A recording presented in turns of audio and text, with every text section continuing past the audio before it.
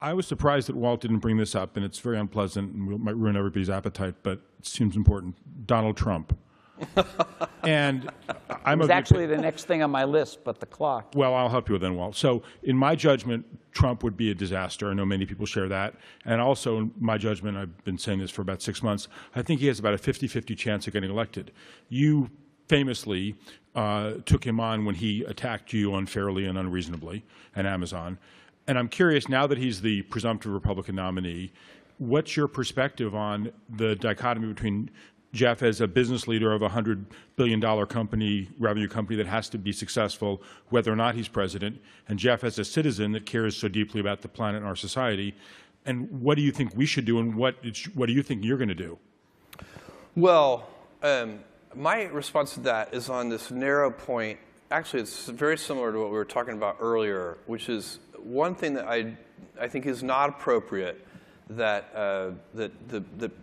that Donald Trump is doing is, I think, working to freeze or chill the media that are examining him. You know, and it's just a fact that we live in a world where half the population on this planet, if you criticize your leader, there's a good chance you'll go to jail or worse. And we live in this amazing democracy with amazing freedom of speech. And a presidential candidate should embrace that. They should say, I'm running for president of the most important country in the world. I expect to be scrutinized. Please examine me. That's a very important cultural norm. And the cultural norms are, without the cultural norms, the Constitution is just a piece of paper. Therefore?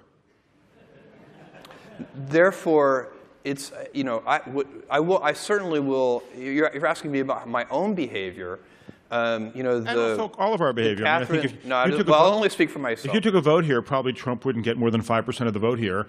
Probably 50% would be discussed with both choices. But I don't think, I think the tech world, which is very much knowledge-based and progress-based, doesn't like somebody that's as ascientific and ahistorical and look here. Let me tell you what Catherine Graham, the previous owner of the Washington Post, during the Watergate years, was threatened by Haldeman, who famously said, and I will leave out a bit of the quote because it's too crude to say on stage, but he said, you tell Kay Graham, if she prints that, we'll put her blank through a big fat ringer. And then they actually worked to, the Nixon administration worked to try and get, they also owned TV stations, and they tried to get their broadcast licenses rescinded. It's completely un-American. And so, you know, I guess the only thing I would say is, with Kay Graham as my role model, I'm very willing to let any of my body parts go through a big fat ringer, if need be.